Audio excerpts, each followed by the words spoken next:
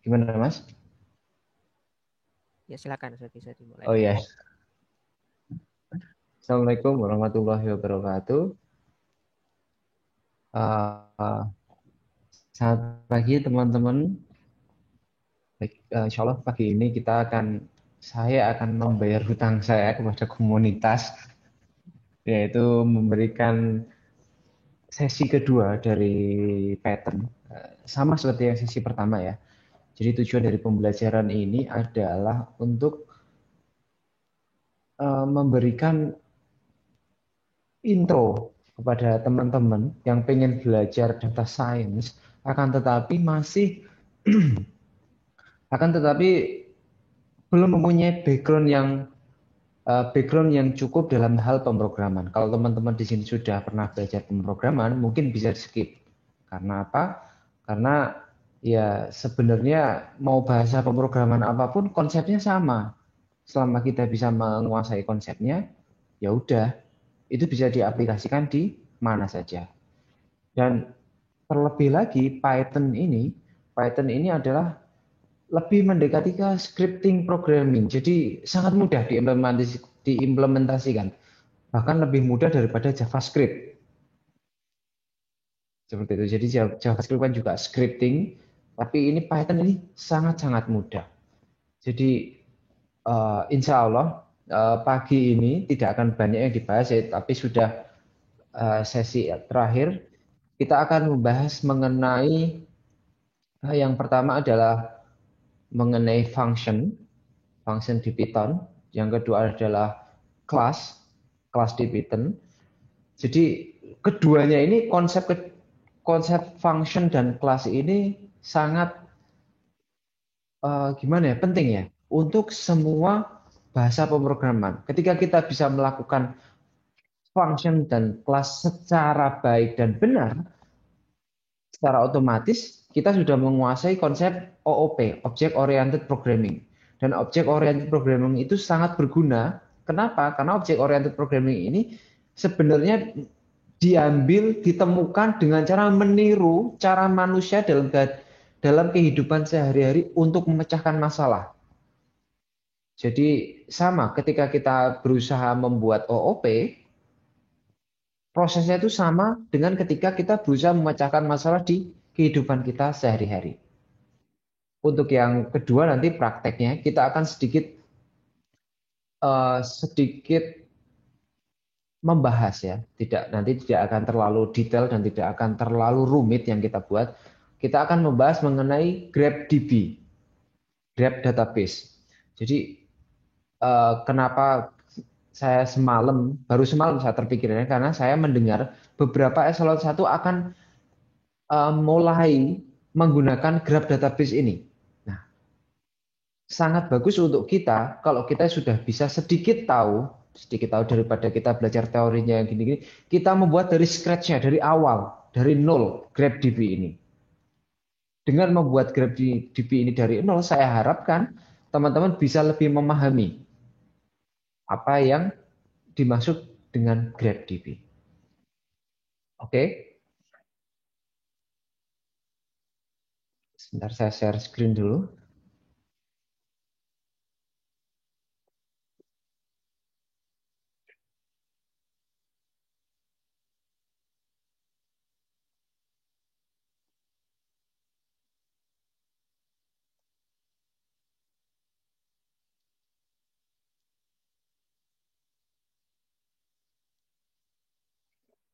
Oke, baik.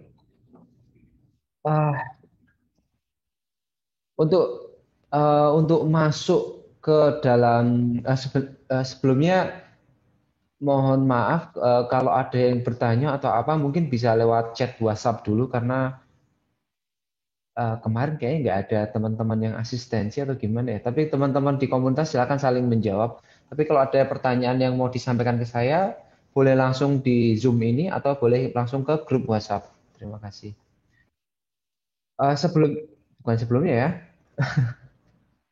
Oke, baik, mari kita mulai. Jadi untuk bisa terjun ke function dan kelas ini ada beberapa konsep yang eh, kita bisa kita bisa kita jelaskan untuk mempermudahnya.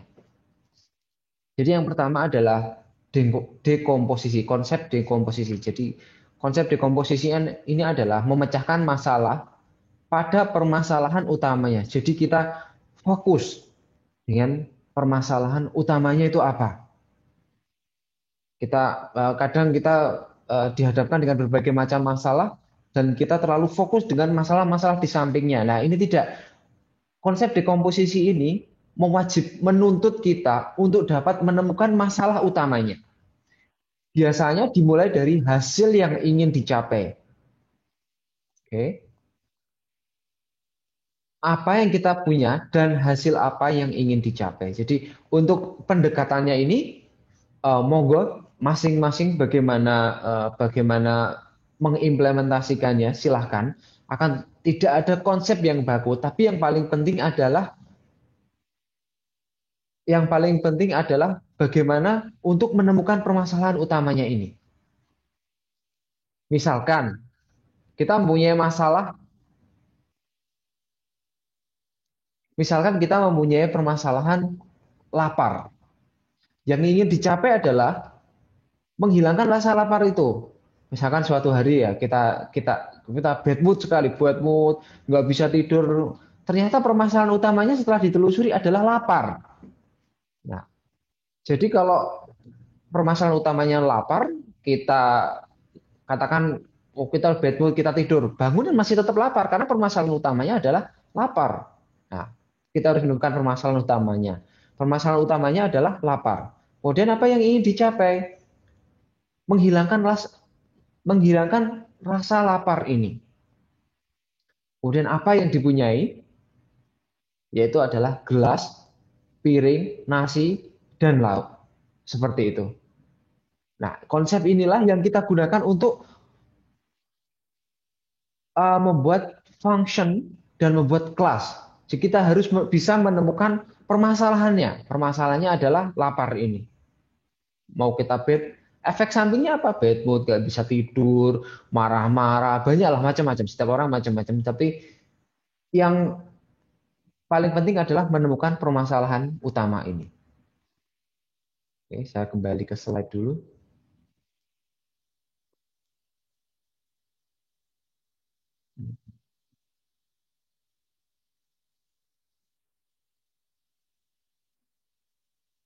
Oke. Ini ya, dekomposisi. Kita beranjak ke function. Function adalah sebuah algoritma dibuat untuk memecahkan sebuah masalah. Function ini bisa mempunyai 0, 1, atau beberapa argumen secara langsung. Bisa mempunyai return, nantinya kita sebut getter, karena dia mengembalikan sesuatu, atau tidak, biasanya disebut setter, atau cuma men-set sebuah nilai, meng-assign. Indonesia apa ya? Ya, seperti itulah ya. Oke, next. Kita skip saja, kita langsung saja. Nah, ini adalah kode dari sebuah function. Gampang, di Python cuma gampang. Kita tidak perlu mendefinisikan bermacam-macam. Cuma def, ini wajib, kata-kata def.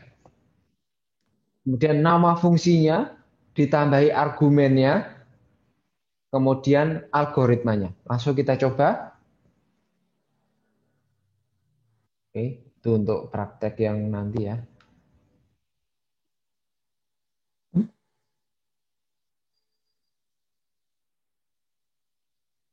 Saya ada harusnya. Ini. Misalkan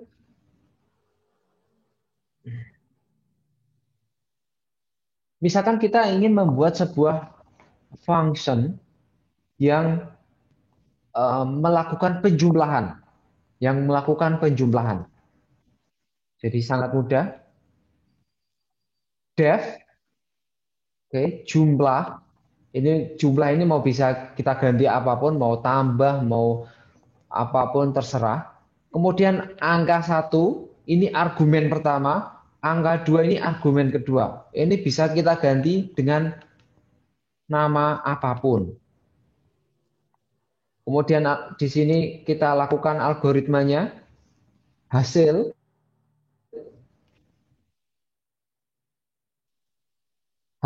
itu plus angka 2.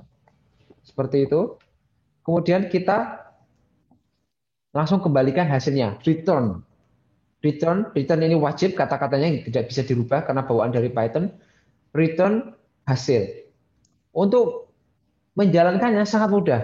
Jumlah argumen pertama dan argumen kedua. Katakan kita mau menambahkan 2 dan 3, jadi jumlah 2 dan 3. Hasilnya adalah 5. Oke. Sangat mudah ya. Sangat mudah sekali. Untuk mengcodingnya sangat mudah. Tapi untuk menemukan permasalahannya, itu terserah bapak-bapak, ibu-ibu sendiri. Oke, yang kedua berikutnya adalah function bisa menerima default value. Katakan kita tidak mau merepotkan user dengan mengisi sebuah value. Kadang dibutuhkan seperti itu, mengisi sebuah value, ya kita memberikan default value. Contoh seperti ini, yang di line 5, tambah, def tambah, argumen pertama dan argumen kedua. Diperhatikan di argumen kedua, kita berikan eh, tambahan sama dengan 9. Jadi intinya, ketika user tidak memasukkan argumen kedua, maka secara otomatis algoritma akan menggunakan 9 sebagai nilai defaultnya. Seperti itu. Kita jalankan. Misalkan kita tambah 3 dan 5. Karena argumen kedua ini diberikan 5, maka dia ditambahkan. 3 tambah 5 sama dengan 8. Bisa juga kita lakukan dengan seperti ini. Tambah, argumennya cuma 1, 3. Padahal sebelumnya kita harus membutuhkan 2. Nah, dengan seperti ini, 3 akan ditambahkan dengan 9. Karena nilai default dari argumen kedua adalah 9 dan argumen kedua tidak diberikan. Seperti itu. Oke.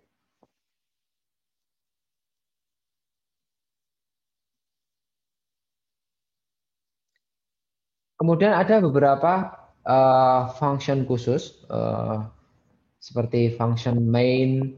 Function ini digunakan untuk mendefinisikan flow dari fungsi lain untuk sementara dipahami dulu karena ini biasanya ya cuma dipakai di copy paste saja seperti itu. Kita skip dulu untuk jadi pemakaiannya seperti ini. Misalkan kita mempunyai sebuah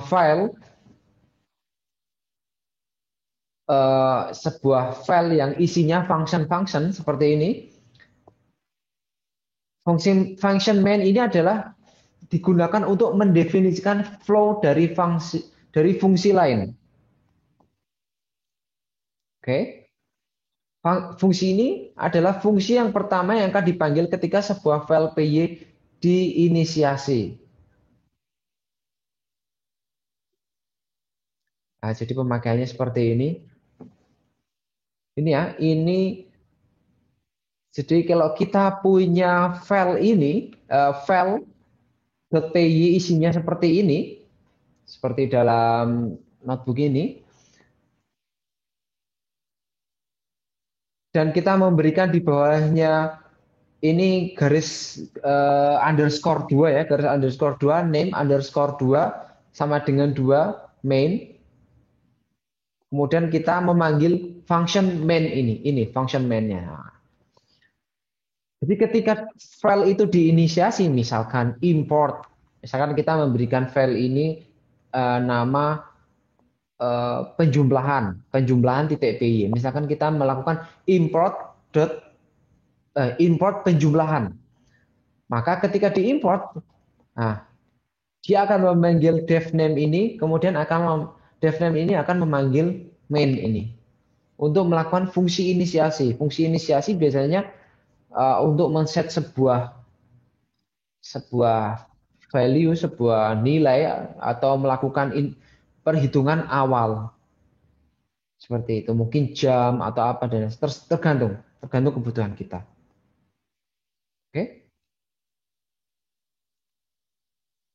Fitur tambahan Python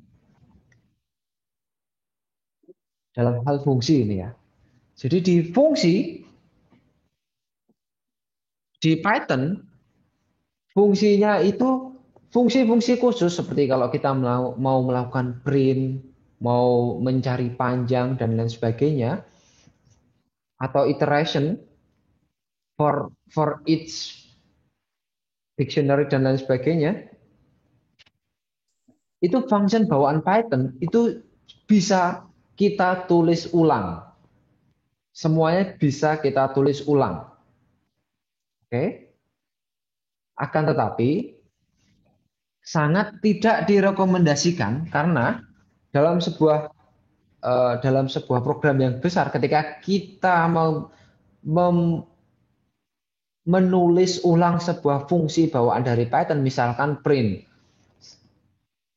Alih-alih melakukan print seperti yang Python lakukan, kita mendefinisi ulang fungsi print itu. Nah, nggak apa-apa, akan tetapi kita harus memahami bahwa fungsi print yang kita tulis ulang tersebut akan digunakan dalam selamanya dalam program itu. Jadi seperti itu. Kalau kadang kita akan menggunakan fungsi-fungsi khusus ini seperti iteration ya, seperti for, next itu sangat sangat membantu ketika kita rubah, ketika kita menghadapi file-file yang besar. Dalam hal kita ingin melakukan training kepada mohon maaf, ketika kita melakukan training data yang besar dan komputer kita tidak cukup, kita bisa memotong-motong dengan meload satu-satu file, load, unload, dan melakukan fungsi iterasi ini. Itu nanti, bukan nanti ya, itu advance sudah. Tapi yang pasti yang cukup yang perlu diketahui adalah fungsi-fungsi bawaan Python itu bisa ditulis ulang. Seperti itu. Kemudian ada juga anonymous function. Anonymous function ini adalah fungsi yang tidak mempunyai nama. Jadi anonim. Biasanya cuma dipakai sekali. Kemudian biasanya sangat singkat. Ya karena cuma bisa ditulis sekali dan biasanya cuma satu baris. Kemudian bisa digunakan untuk skenario yang sangat kompleks, tapi akan cukup membingungkan. Tapi di sisi lain, karena ini dipakai sekali dan dibuang, apabila digunakan secara tepat, ini akan sangat-sangat efektif. Misalkan seperti ini. Kita mengassign, kalau kita ingat ke Python 1 kemarin ya, ini adalah variabel add ini. Add ini adalah variabel name. Kita mengesan sebuah anonymous function ke sebuah variabel name add. Rumusnya gampang, lambda ini wajib ditulis, lambda, kemudian X dan Y ini adalah argumennya, X dan Y adalah argumennya, kemudian titik 2 ini adalah functionnya, ini adalah algoritmanya. Oke, di sini saya cuma memberikan sesuatu yang simpel aja, X plus Y. Quick, simple, but sometimes confusing. Lambda. Kemudian untuk menjalankannya cukup seperti ini. Print add 1,2 yang berarti menambahkan X-nya 1, Y-nya 2, X tambah Y, 1 tambah 2 sama dengan 3. Seperti itu. Lah, Mas itu kan masih ada namanya add. Oke. Kalau mau kita bisa menuliskan lambda ini langsung seperti ini. Print lambda X, Y.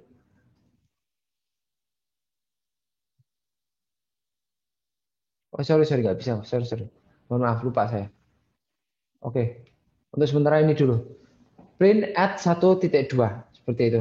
Nanti belum saya coba soalnya. Mohon maaf. Nah, ini contoh lambda yang cukup membingungkan. Oke, ini contoh lambda yang cukup membingungkan.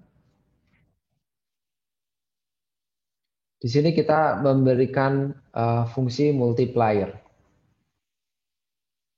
Multiplier ini mengambil satu argumen berupa number dan mereturn lambda. Oke, seperti ini tadi ya.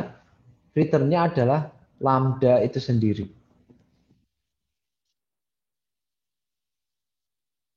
Oke, ini implementasinya.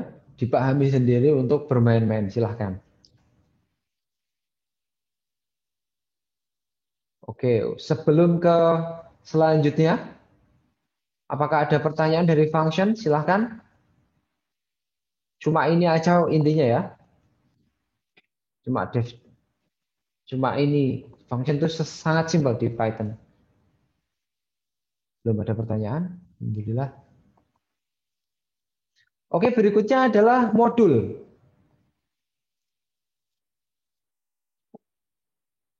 Penjelasan singkat. Modul ini adalah eh, sebuah file Python.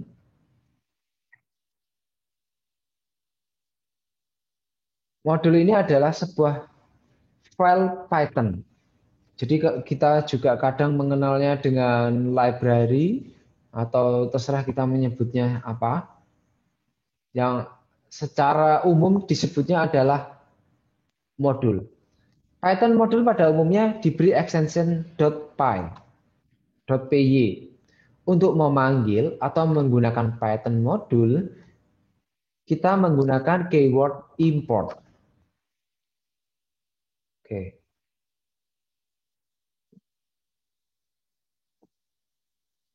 saya praktekkan.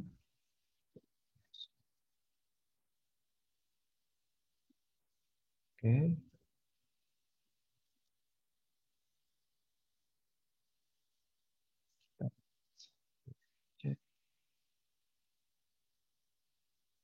sebentar. Oke, jadi kita mengambil function dari yang kita gunakan tadi. Jadi misalkan kita dalam sebuah file kita mempunyai function tambah. Kita save as,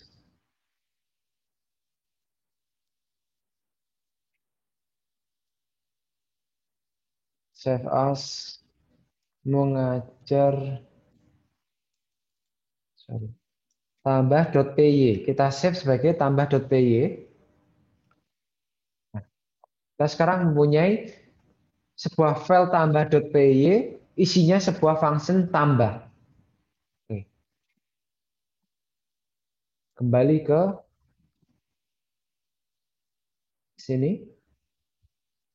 Oke. Nah, modul. Contoh, kita akan membuat, contohnya kita akan mengimport file jumlah.py. Saya ganti aja ya, karena kita tadi menggunakan tambah.py,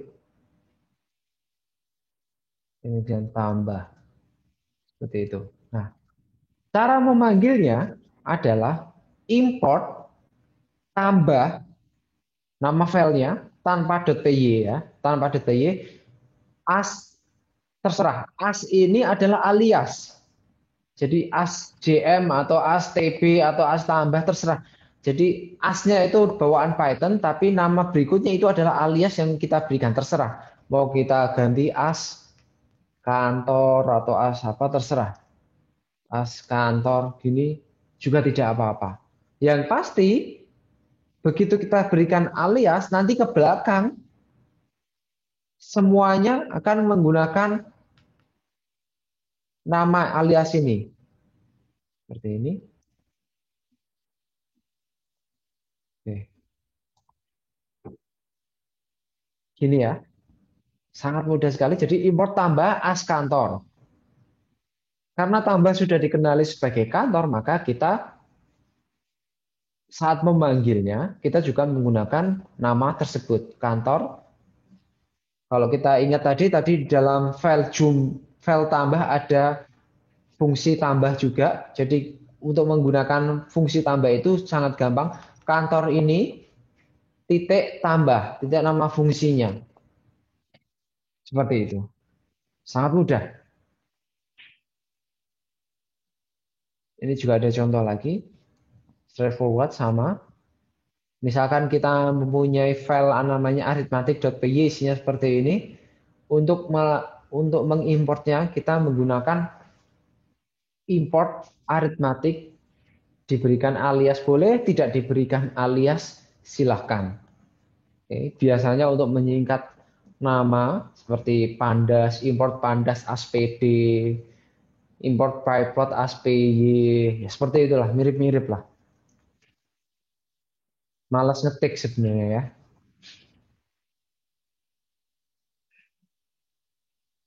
Oke, untuk modul straightforward ya, sangat sangat simpel sekali. Intinya cuma memindahkan dan bagaimana memanggilnya. Oke. Berikutnya adalah kita masuk ke kelas. Mohon izin minum sebentar.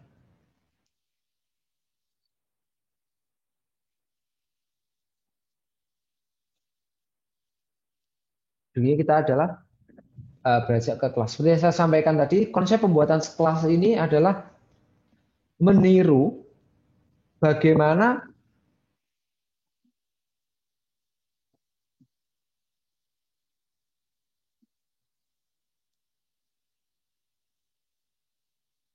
sebentar ada yang bertanya apakah file ini.py apakah perlu file ini.py kosong jika file import diletakkan di dalam folder. Eh, File ini.py jadi ada yang bertanya apakah perlu file ini.py kosong jika file import diletakkan di folder. Dari pengalaman saya, file ini.py itu digunakan untuk menginisiasi sebuah folder, ya, menginisiasi sebuah folder supaya dikenali itu sebagai library. Istilahnya seperti itu. Dikenal sebagai library oleh Python itu sendiri. Kalau saya pernah nyoba ya, saya pernah nyoba nggak ada file ini.py itu, saya panggil foldernya, misalkan nama foldernya tambah, kemudian di dalamnya ada file penjumlahan.py. Saya pernah mencoba dan berhasil. Belum tahu kalau saya coba lagi nanti gagal.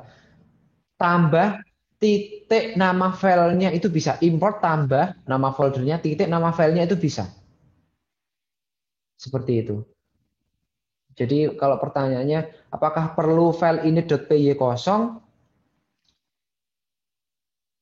Dari pengalaman saya, boleh dikoreksi kalau saya, karena saya juga bukan 100% ahli pemrograman. Dari pengalaman saya, bisa dipakai, bisa tidak. Itu. Terima kasih Mas Beta. Mohon dikoreksi kalau salah. Terima kasih. Oke, kita lanjutkan ke kelas OOP. Kelas, mohon maaf, kelas. Seperti saya sampaikan tadi, kelas ini dasarnya adalah sama dengan pemecahan hidup kita sehari-hari. Intinya adalah kita menemukan masalahnya. Tapi setelah kita menemukan masalahnya, kita kelompokkan masalahnya menjadi masalah-masalah yang kecil. Oke. Masalah-masalah yang kecil ini kita menyebutnya ada OOP, Object Oriented Programming. Nah, kenapa dibentuk masalah-masalah kecil ini? Dasar pemahamannya adalah masalah-masalah kecil ini perlu dipecahkan secara tersendiri dan menghasilkan sebuah input, sebuah output. Nah, kenapa perlu dipecahkan secara tersendiri? Karena suatu saat apabila memerlukan perubahan, masalah-masalah kecil ini bisa kita rubah dengan menghasilkan output yang sama, sehingga permasalahan yang lainnya tidak perlu kita rubah. Berbeda kalau semuanya kita masukkan tumplek-blek dalam sebuah algoritma kelas, dalam sebuah kelas. Ketika satu berubah, yang lainnya pun akan ngikut berubah semua. Dan itu akan menjadi sangat capek. Seperti itu. Jadi permasalahan itu dipecah menjadi sebuah permasalahan-permasalahan yang kecil. Kemudian setelah dipecah, oke. Kirain ada yang mau nanya tadi. Sampai mana? Dipecah menjadi permasalahan-permasalahan kecil untuk modularitasnya, modularitinya. Seperti itu. Misalkan tangan. Tangan itu bisa dipecah menjadi lengan atas dan lengan bawah. Oke. Lengan atas dan lengan bawah. Ketika lengan atasnya yang terluka, lengan bawah tidak perlu diobati. Secara mudah seperti itu. Ketika lengan bawah yang terluka, maka lengan atas tidak perlu diobati. Oke, ini adalah konsep OOP-nya sendiri. Jadi kalau semuanya ditumplekkan dalam satu tangan, tidak ada lengan atas, ya ada lengan bawah. Ketika yang terluka adalah bagian tangan yang atas, ya semua tangan itu harus kita lihat ulang, kita perbaiki. Memang di awal agak rumit, tapi ketika sudah berjalan, OOP ini akan sangat-sangat membantu sekali, sangat membantu sekali. Karena kita ketika ada yang rusak, oh kita tahu rusaknya bagian ini kita perbaiki. Selama outputnya tidak berubah, objek yang lain tidak perlu kita perbaiki. Seperti itu. Oke?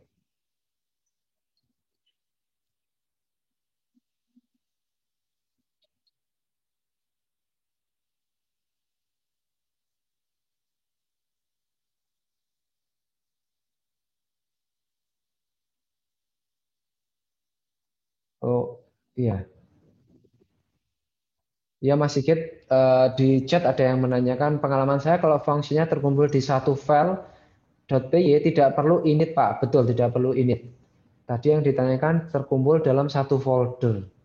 Begitu Mas Sigit. Jadi konteksnya agak berbeda. Iya, nanti kita bahas lagi. Oke. Terima kasih Mas Sigit. Terima kasih. Oke, kita lanjut lagi. Sebelum kita beranjak ke lebih lanjut, kita masuk ke eh, variable scope dalam Python. Jadi eh, ini gambarannya secara langsung seperti ini ya. Kita mempunyai 4 buah variabel yaitu built-in, global, enclosed, dan lokal. Masing-masing ini bisa dikenali berdasarkan scope-nya. Jadi built-in itu bisa dikenali dalam global, global bisa dikenali oleh enclosed, enclosed bisa dikenali oleh lokal. Tapi lokal tidak bisa dikenali oleh enclosed. Dan itu naik terus seperti itu. Oke. Kita langsung saja. Local scope ini hanya dikenal sebagai variabel lokal dalam sebuah fungsi. Bisa memiliki nama yang sama pada fungsi yang lain. Misalkan fungsi A mempunyai variabel X. Di fungsi B, kita bisa mempunyai variabel X juga. Tanpa saling berpengaruh karena fungsinya masing-masing. Kemudian enclosed scope. Hanya terdapat pada fungsi yang bersifat nested. Jadi ada fungsi di dalam fungsi.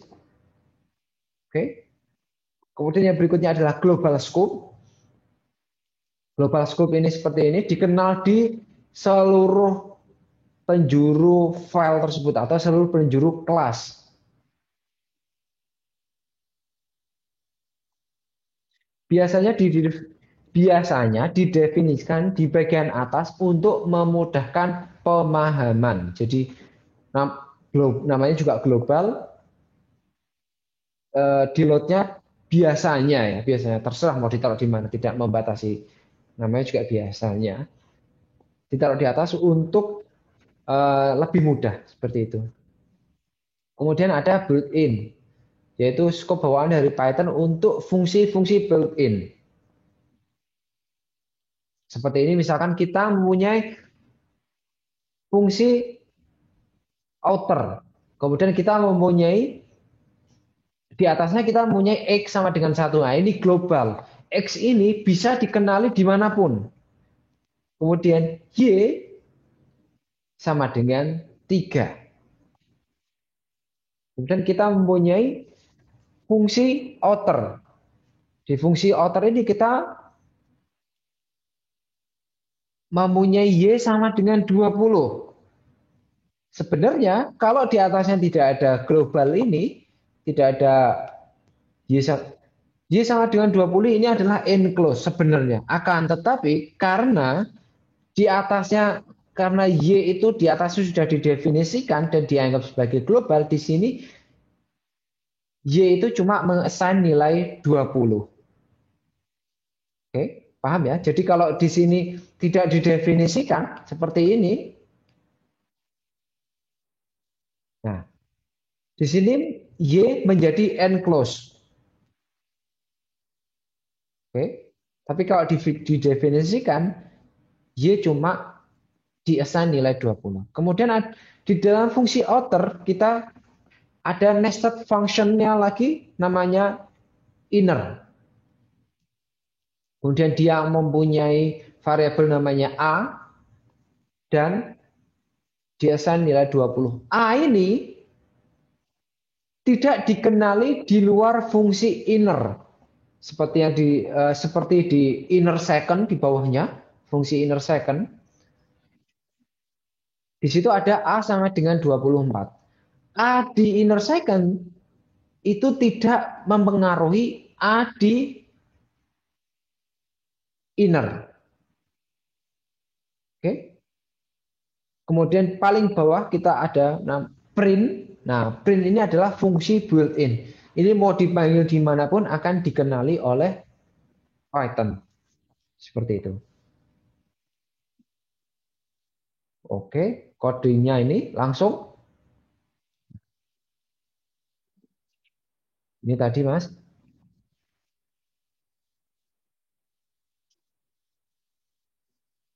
Misalkan kita ingin membuat sebuah kelas dengan nama point.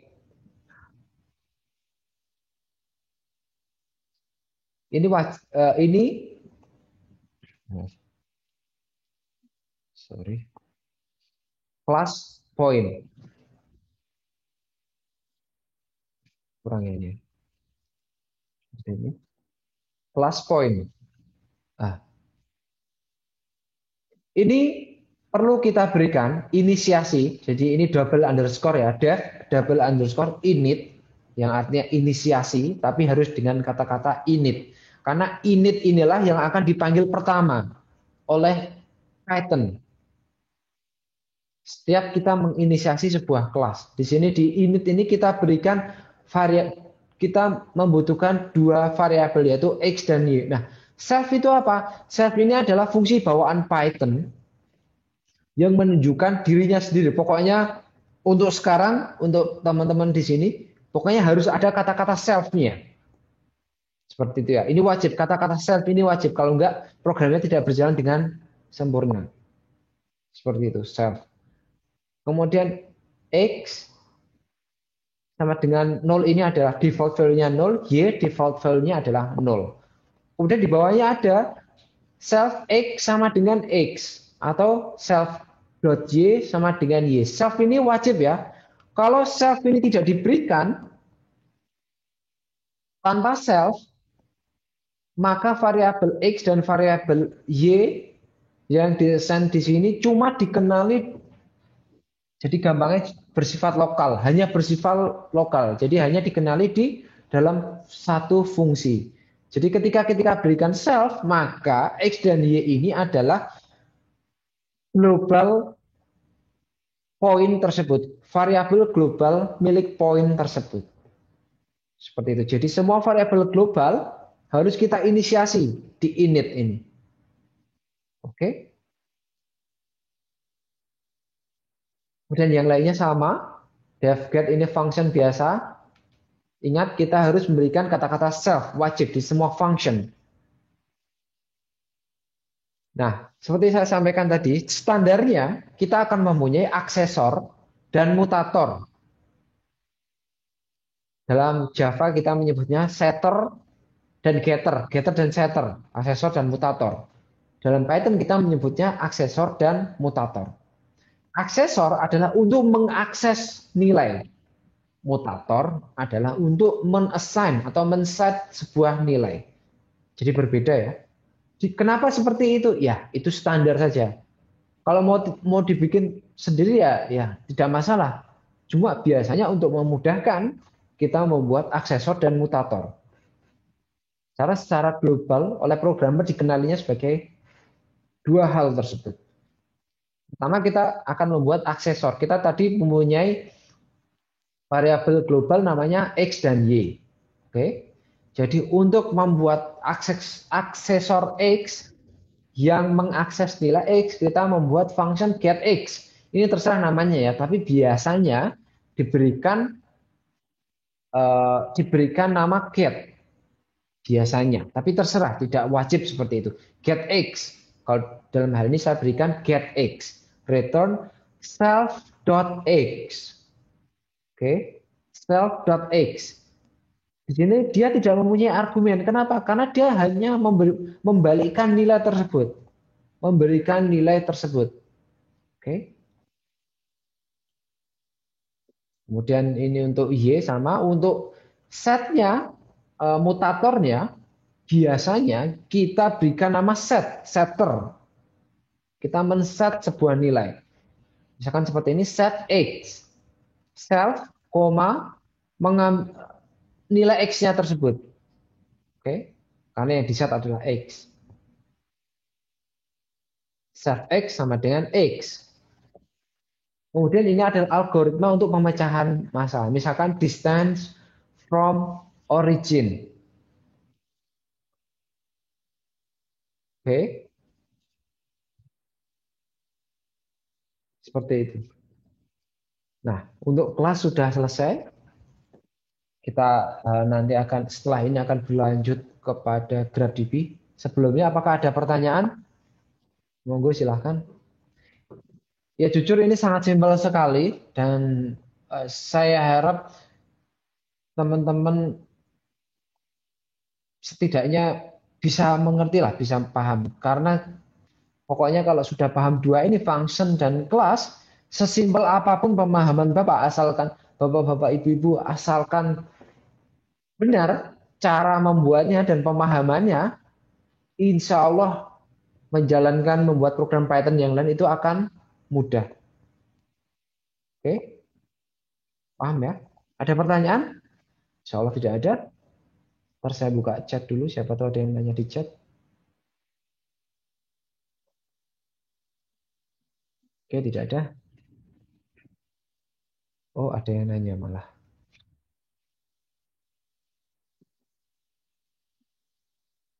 Oh, untuk filenya di-share nggak? Iya, di-share. Saya mohon maaf, lupa saya. Oke, mohon maaf. Terima kasih Pak, Mas Andi. Oke, baik. Berikutnya kita akan membahas mengenai, bukan membahas ya, kita akan berikan contoh soal bagaimana memanfaatkan function dan kelas ini dengan konsep yang nyata. Oke, konsep yang nyata.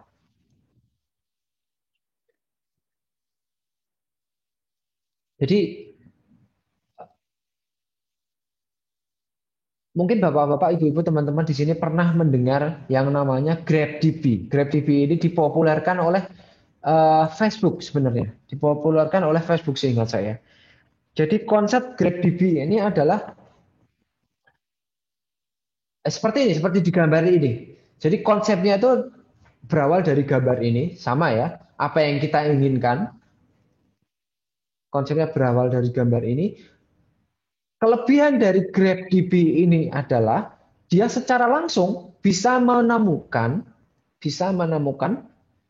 hubungan karena memang dia disimpan sebagai objek keterhubungan, hubungan sebuah objek kepada objek lain.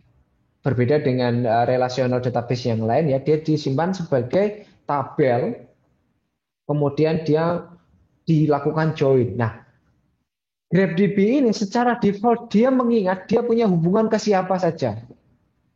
Ya seperti mas-masnya di sini ya, pasti ingat dulu mantannya siapa aja. Pasti ingat, kalau enggak, wah bahaya ini. Playboy kelas super ini. Tapi saya yakin lah, pasti ingat dulu pernah berhubungan dengan siapa saja. Oke, ada yang nanya, saya jawab dulu. Coba malah biar mantan. Mantan saya cuma satu ya, nggak usah dibahas ya. Oke, giliran mantan cepet ini langsung semangat ini. Jadi seperti itu, konsepnya adalah sebuah objek yang bisa mengingat, jadi lupa saya. Bisa mengingat hubungannya dengan objek yang lain.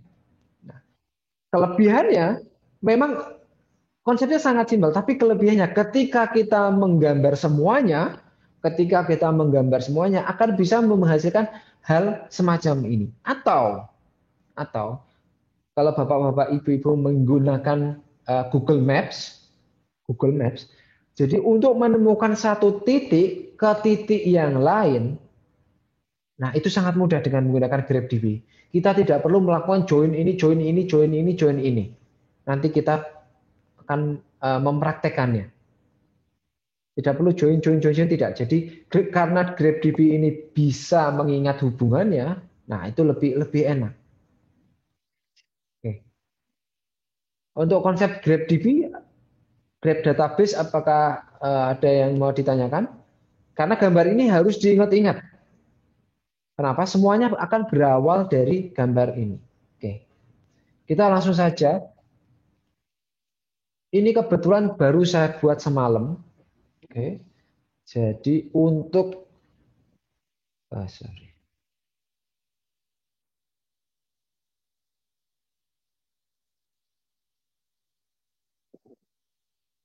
Oke, apa bedanya GrabDB sama KNN? K Nearest Network, beda konsep. Nanti kita setelah selesai membuat GrabDB ini nanti bukan harusnya ya, insya Allah akan lebih lebih mudah dipahami. KNN berdasarkan matematika, ini cuma berdasarkan logik. Oke. Bedanya bedanya secara simpel seperti itu. Kalau KNN itu berdasarkan secara mudahnya bisa dikatakan secara lokasinya dia, lokasi vektor dia terhadap vektor yang lain. Sedangkan GrabDB ini dia tidak memperhatikan lokasi vektor, tapi memperhatikan relasi secara langsung yang didefinisikan user saat input. Seperti itu, Mas Beta. Oke, kita akan membangun GrabDB dari from scratch. Oke. Oh, saat ini sharing saya ke Jupyter Notebook ya, bukan ke gambar ya. Oke. Jadi sharing saya sekarang di Jupyter Notebook. Kalau salah, mohon diingatkan saja. Uh, kalau kita melihat gambar ini, kalau kita melihat gambar yang tadi, yang ini, yang saya tampilkan di layar, komponen apa yang perlu dimiliki oleh GrabDB ini? Oke. Yang pertama, yang sudah pasti adalah poinnya itu sendiri. Oke. Yang pertama adalah poinnya itu sendiri.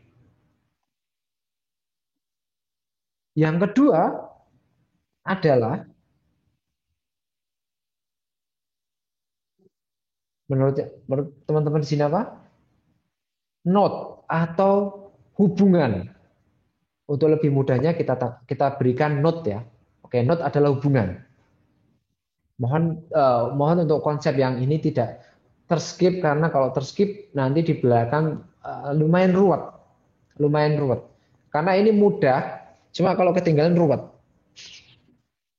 Jadi nggak mudah sebenarnya. Oke, yang perlu dipunyai adalah yang pertama adalah poinnya itu sendiri. Oke. Yang kedua adalah node, node atau edge. Ada beberapa yang menyebutnya edge. Untuk sekarang kita menyebutnya node saja ya, karena yang saya script semalam saya panggilnya node biar tidak bingung. Node, oke. Poin adalah objek itu sendiri yang di sini yang gambarnya kuning. Oke, panah. Ada yang menyebutkan panah. Oke, panah itu berupa bisa diartikan sebagai arah hubungan. Oke, arah hubungan. Tapi untuk hari ini kita belum membahas panah karena implementasi dari panah lumayan ruwet. Oke, jadi untuk hari ini kita akan membahas hubungan dari A ke B itu tidak mempunyai arah. Jadi tidak peduli hubungannya mau dari A ke B atau dari B ke A. Seperti itu. Khusus untuk hari ini. Otomatis implementasinya secara real harus memperhatikan itu. Tapi kalau kita bahas sekarang, ya untuk membuat GraphDB sendiri lumayan lama. Jadi tidak mungkin dibahas semuanya. Oke. Jadi yang pasti yang pertama yang dibutuhkan adalah poinnya itu sendiri. Yang kedua adalah garisnya atau node-nya atau edge-nya. Kalau saya boleh mohon untuk kali ini kita sebut node saja, terserah. Mau disebut apa nantinya terserah. Biasanya disebutnya edge. Saya semalam lupa namanya apa, jadi saya sebut aja node seperti itu. Kemudian yang ketiga adalah database-nya itu sendiri. Oke, paham ya? Ada dua. Nah, node sama poin ini, yang kuning, yang orange sama hitam itu, garis hitam itu, bisa kita jadikan sebagai satu objek. Karena ini satu kesatuan. Seperti saya bilang tadi, kelebihan dari Graph Database ini adalah dia bisa mengingat hubungannya. Jadi poin warna orange dan node garis hitam kita jadikan satu kesatuan karena itu unik. Oke, unik ya. Oke. Sekarang kita akan membuat kelas. Sekarang di Jupyter Notebook ya. Kalau ada yang tidak di Jupyter Notebook, mohon saya dikasih tahu. Kelas kita kasih nama biar sama. Oke. Kelas grab object. Oke. Oke, seperti ini. Nah, def double underscore init self. Nih. Nah,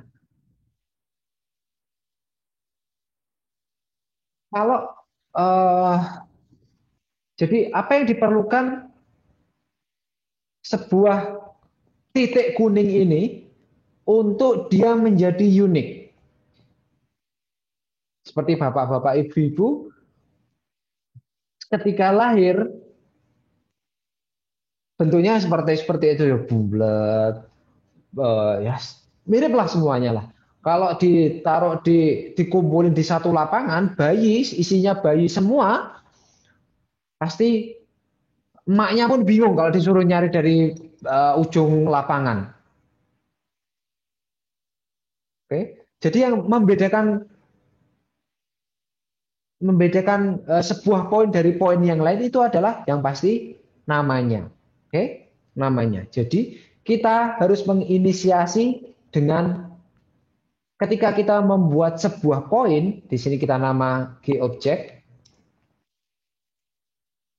Oke, GObject. Kita membutuhkan sebuah nama, self.name.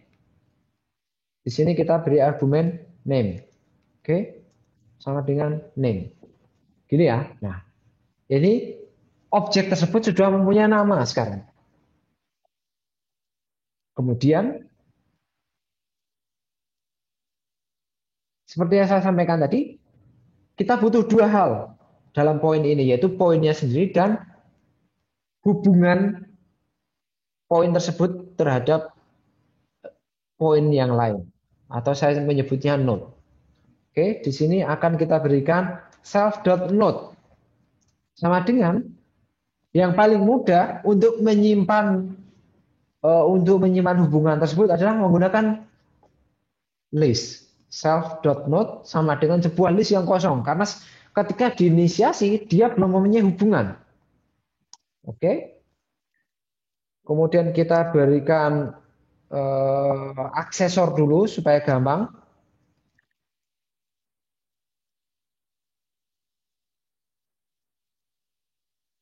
Oke, saya copy saja biar nggak lama. Get node get name. Ini ya.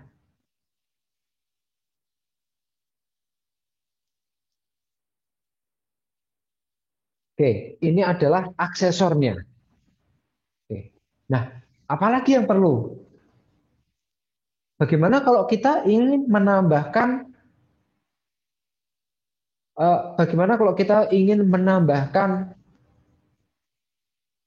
hubungan terhadap node yang lain? Ya gampang, kita tinggal ini, menambahkan node ini isinya diisi. Oke.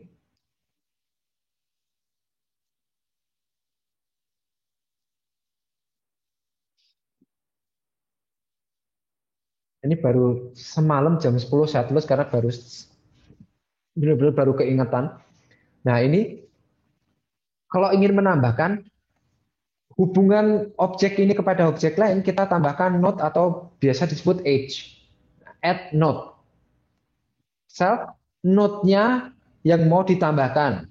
Seperti itu. Jadi if not get name, nah nanti get name ini ya. If not get name, not in self.node tidak dalam list ini, berarti dia belum ada hubungan terhadap objek yang lain itu belum ada. Dia akan sorry kepotong ini. Sorry kepotong. Dia akan mengappend. Seperti itu ya.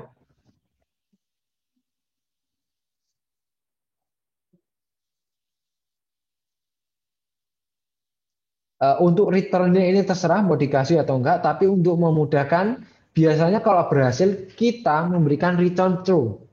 Karena ini sebenarnya cuma sebagai mutator. Sorry. Iya, mutator, sebagai mutator. Oke. Jadi ketika dicek yang ditambahkan itu belum ada di node-nya dia akan menambahkan di node-nya. Kalau nggak ada ya tidak ditambahkan. Seperti itu.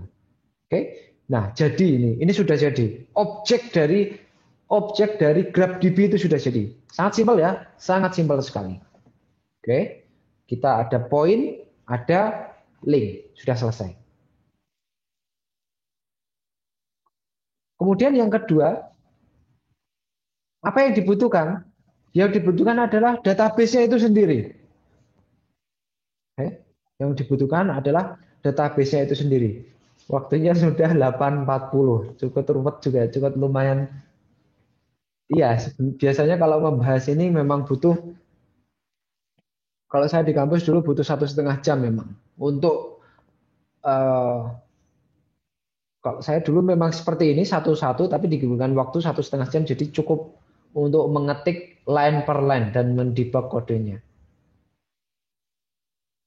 Oke, saya copy saja, mohon maaf teman-teman, karena tinggal 20 menit nanti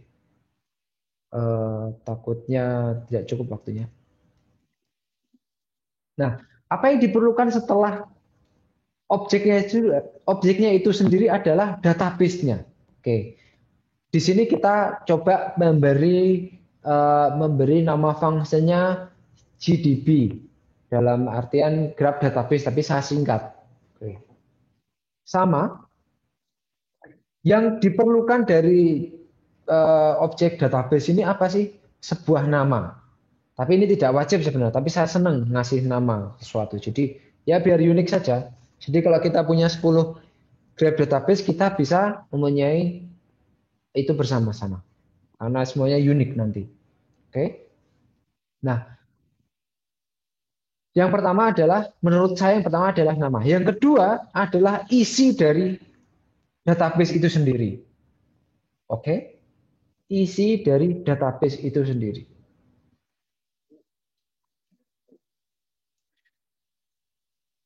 Saat ini kita inisiasi, database ini otomatis kosong, sama ya. Database ini otomatis kosong. Kemudian apa yang kita perlukan adalah menambah. Kita bisa memberikan add graph. Ini, oke, add graph. Kita berikan namanya. Oke.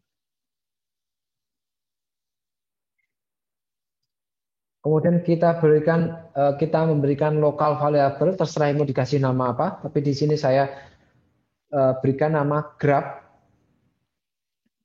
Dan kita memanggil objek. Oke, objek yang sebelumnya kita buat, G-object. Oke ya. Di sini G-object name dalam arti berarti kita membuat sebuah G-object dengan nama name, dengan nama yang kita assign. Kemudian objek tersebut kita simpan di dalam dictionary yang kita buat tadi di sini. Oke. Dengan nama yang sudah kita buat tadi. Oke, gampang ya. Oke, gampang. Nah, sudah ada nih poin-poinnya, tapi hubungannya kan belum ada. Hubungannya terhadap poin yang lain kan belum ada. Nah, kita tambahkan hubungannya. Pertama kita cek dulu supaya tidak error. Pertama, ketika sebuah poin ditambah, misalkan hubungan antara A dan B. Pertama kita cek dulu apakah A dan B ini sudah ada di dalam database kita. Kalau belum ada, kita tambahkan dulu add graph. Oke ya. Kalau belum ada kita tambahkan dulu. Kalau begitu sudah kita tambahkan node-nya. Di sini ingat tadi ada add node. Ini ya, balik lagi ke kelas GObject add node. Oke.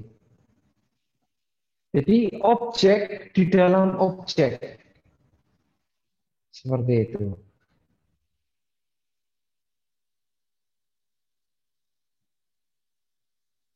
Oke, yang berikutnya adalah sama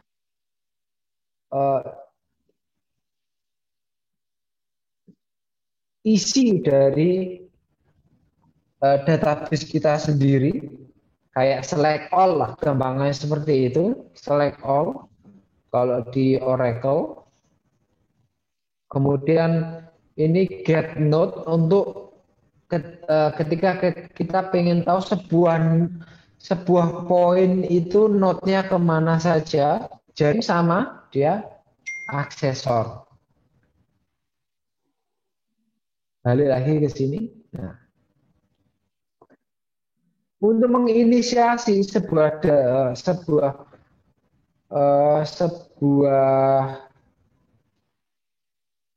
untuk menginisiasi sebuah database, oke, untuk menginisiasi sebuah database, saya jalankan ulang ya. GD sama dengan GDB kita kasih nama. Coba kita cek dulu GD adalah, nah kalau di sini jenis objeknya adalah GDB, nama kelas kita. Oke, kita coba kita dapatkan nama, kemudian kita tambahkan poin GD at graph G1. Oke, di sini ada at graph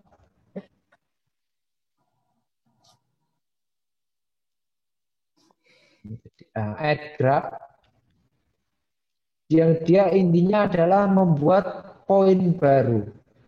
Kalau sukses, dia akan menghasilkan GD get object. Oh, mohon maaf, ini sudah saya jalankan sebelumnya. Sorry.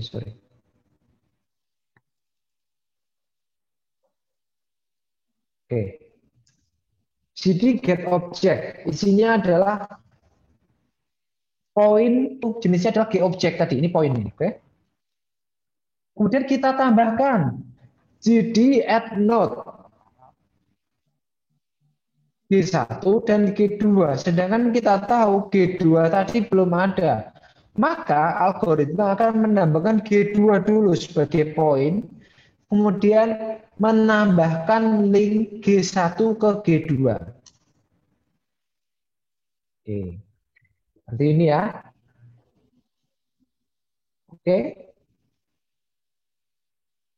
Ini get object satu yang kita tambahkan tadi, linknya sudah berhasil belum? Oke, get node dari G1 hasilnya ada G2 karena sudah kita tambahkan.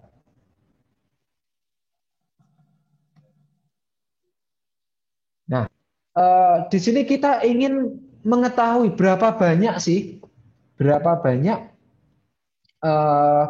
objek yang ada dalam database GD kita. Oke, kita menggunakan len. Oke ya, len. Nah, len ini adalah fungsi bawaan Python. Len GD. Bagaimana cara kita menulis ulang len tersebut? Nah, kita menggunakan fungsi khusus yang saya sebutkan tadi ini. Double underscore len, double underscore. Nah, di sini kita tulis mau di return apa. Kalau di sini saya return dari panjang dari dictionary itu. Misalkan mau di sini mau ditulis return apa gitu, silahkan. Oke, jadi ini untuk meredefinisi fungsi Python atau bisa juga menggunakan fungsi bawaan Python. Jadi kita bisa memanggil seperti ini. Atau kalau mau menggunakan, oke itu dulu. Yang lainnya nanti bisa dicari referensinya. Oke, kita tambahkan node yang banyak kepada G1. Kepada poin G1, G3, G4, G5. Hasilnya true, kita cek dulu node-nya. Oke. Jadi G1 punya link ke G2, G3, G4, G5. Oke. Kemudian kita pengen menambahkan sebuah link dari G4 kepada G6. Dan G6 kepada G7. Jadi sudah bercabang ini ya. Kalau Bapak-bapak Ibu-ibu sudah bercabang, G1 itu punya hubungan ke 2, 3, 4, 5, kemudian G4 punya hubungan ke 6, G6, G6 punya hubungan ke G7. Jadi untuk menemukan G6, mohon maaf, jadi G1 tidak mempunyai hubungan langsung kepada G6. Oke, paham ya? Oke, true. Kita cek G1 hubungannya 2, 3, 4, 2, 3, 4, 5, 7. Oke. Nah, fungsi dari database ini seperti saya bilang tadi, salah satunya adalah menemukan hubungan. Bagaimana cara kita bisa mencari relasional antara G1 dan G2? Kalau G1 dan G2 jelas. Node-nya adalah G1 dan G2. Bagaimana dengan G1 dan G6? Padahal G1 tidak mempunyai hubungan langsung ke G6. Nah, ini fungsinya ini kita menggunakan, mau nggak mau kita menggunakan rekursif. Untuk rekursif mungkin tidak saya bahas karena rekursif sendiri biasanya dibahas dalam 1 hari. Prakteknya banyak itu rekursif, macam-macam. Intinya adalah rekursif adalah fungsi yang memanggil fungsinya sendiri. Jadi jadi kayak gimana ya? Kayak kita melihat diri kita sendiri, mengecek ke dalam diri kita sendiri sampai kita ketemu masalah yang kita cari. Kemudian kalau udah ketemu kita kembalikan itu sebagai return fungsi tersebut. Oke. Untuk sementara ini mungkin kalau ada waktu nanti kita berikan ini rekursif, tapi untuk sementara ini diterima dulu seperti itu. Get path.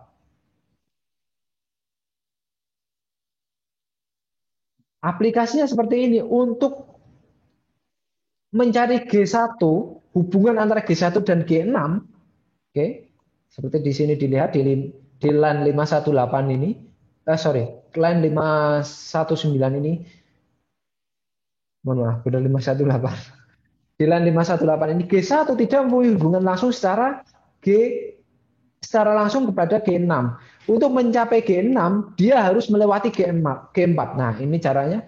Get path antara G1 dan G6. Hasilnya adalah G6 ditemukan dengan path G1, G4, G6. Oke, seperti itu ya. G1, G4, G6. Jadi dia belok dulu, lewat G4 dulu baru belok G6 karena tidak ada hubungan langsung G1 dan G6. Nah, oke. Seperti itu. Jadi inilah yang menjadi bahan dasar dari graph database. Jadi kalau bapak-bapak, ibu-ibu nanti di unitnya masing-masing ada yang membahas mengenai graph database, kira-kira kurang lebihnya akan seperti ini. Kurang lebihnya akan seperti ini. Tapi ini yang sangat simpel sekali ya. Jangan dibilang, oh ini source-nya, saya punya source-nya ini. Enggak, ini sangat simpel sekali. Tapi semua berawal dari sesuatu yang simpel kemudian dikembangkan lagi. Seperti yang tadi ditanyakan, panah. Panah itu adalah arah relasi. Misalkan G1 berhubungan ke G2. Tapi G2 tidak berhubungan ke G1. Nah, itu arah panah. Itu nanti bisa dikembangkan. Oke, seperti itu, G.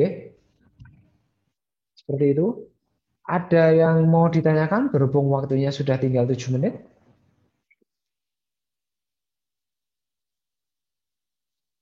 Oke, insya Allah tidak ada ini ya. Baik, kalau demikian, insya Allah sesi 1 dan sesi 2 Python sudah selesai. Saya sudah istilahnya membayar janji saya untuk memberikan Python 1 dan Python 2. Oh, ada yang bertanya. Sebentar. Contoh implementasi GraphDB akan dibahas kapan, Pak? Dibahasnya teman-teman di sini sudah pakai soalnya. Ada yang bertanya mengenai contoh implementasi GraphDB, Mas Beta Oliansa.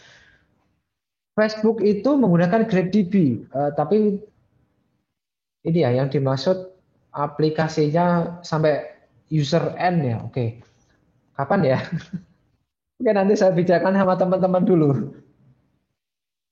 Yang di sekitar kita, mohon maaf Mas Beta dari mana? Ininya dari apa? BPPK, BPPK, Unitnya BPPK di sini. mana? Iya, PKN STAN.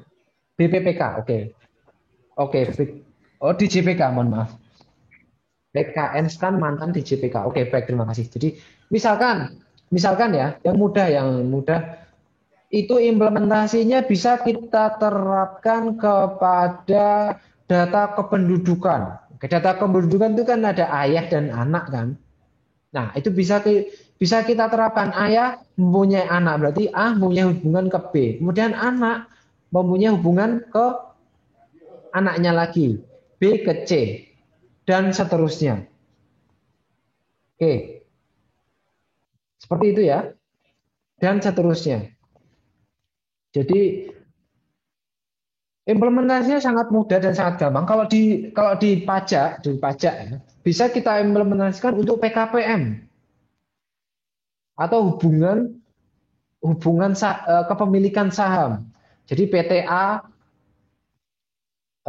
mempunyai PTA mempunyai pemegang saham 1, 2, 3. Jadi A mempunyai not ke 1, 2, 3. Nanti 1, 2, 3 mempunyai saham di D. Jadi 1, 2, 3 punya saham ke D. Hubungan A sama D berarti lewat 1. Seperti itu.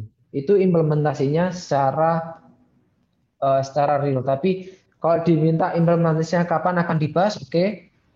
Nanti diomongin dulu sama teman-teman pengurus karena jadwal yang mau sharing ini banyak banget ini. Teman-teman ini sangat bersemangat ini, banyak banget yang mau di-share emailnya. Kita sampai overload untuk nyari waktunya. Bukan demikian, teman-teman. Oke, baik. Untuk sesi pagi ini, insya Allah saya tutup dahulu. Eh, saya yakin banyak kurangnya, tapi insya Allah juga ada beberapa lebihnya yang bisa diambil manfaat. Untuk saya Untuk sesi pengenalan Python, insya Allah cukup. Untuk berikutnya mungkin kita akan beranjak ke sesi-sesi yang lebih mahir dari entah itu data science, data analitiknya sendiri, atau mungkin pemrograman. Nanti kita lihat siapa yang kosong waktunya. Dari saya cukup sekian. Mohon maaf sebesar-besarnya. Sekali lagi, Assalamualaikum warahmatullahi wabarakatuh. Saya kembalikan ke Mas Ike. Terima kasih. Ya, terima kasih Mas Ginanjar atas sharing sesi yang diberikan, cukup memberikan inspirasi sekali. Akhir kata sebelum kami tutup, pertanyaan-pertanyaan bisa dapat disampaikan lebih lanjut jika teman-teman nanti praktek melalui grup WA komunitas BA Kemenkeu atau melalui Discord resmi Mofdak di kode invite-nya di s.id/Discord Mofdak. Nanti saya tulis di grup chat ya. Sekali lagi s.id/Discord Mofdak untuk kode invite bagi teman-teman yang belum masuk ke Discord-nya. Nanti di sana ada channel kelas pemula. Nanti bagi teman-teman yang ingin nanya pemula mengenai apapun mengenai Python, insya Allah nanti yang lebih expert di sana insya Allah akan memberi jawaban atau memberikan solusi mengenai pertanyaan-pertanyaan Bapak. Ya, demikian sharing session pagi ini. Mudah-mudahan memberi manfaat. Akhir kata saya tutup. Assalamualaikum warahmatullahi wabarakatuh.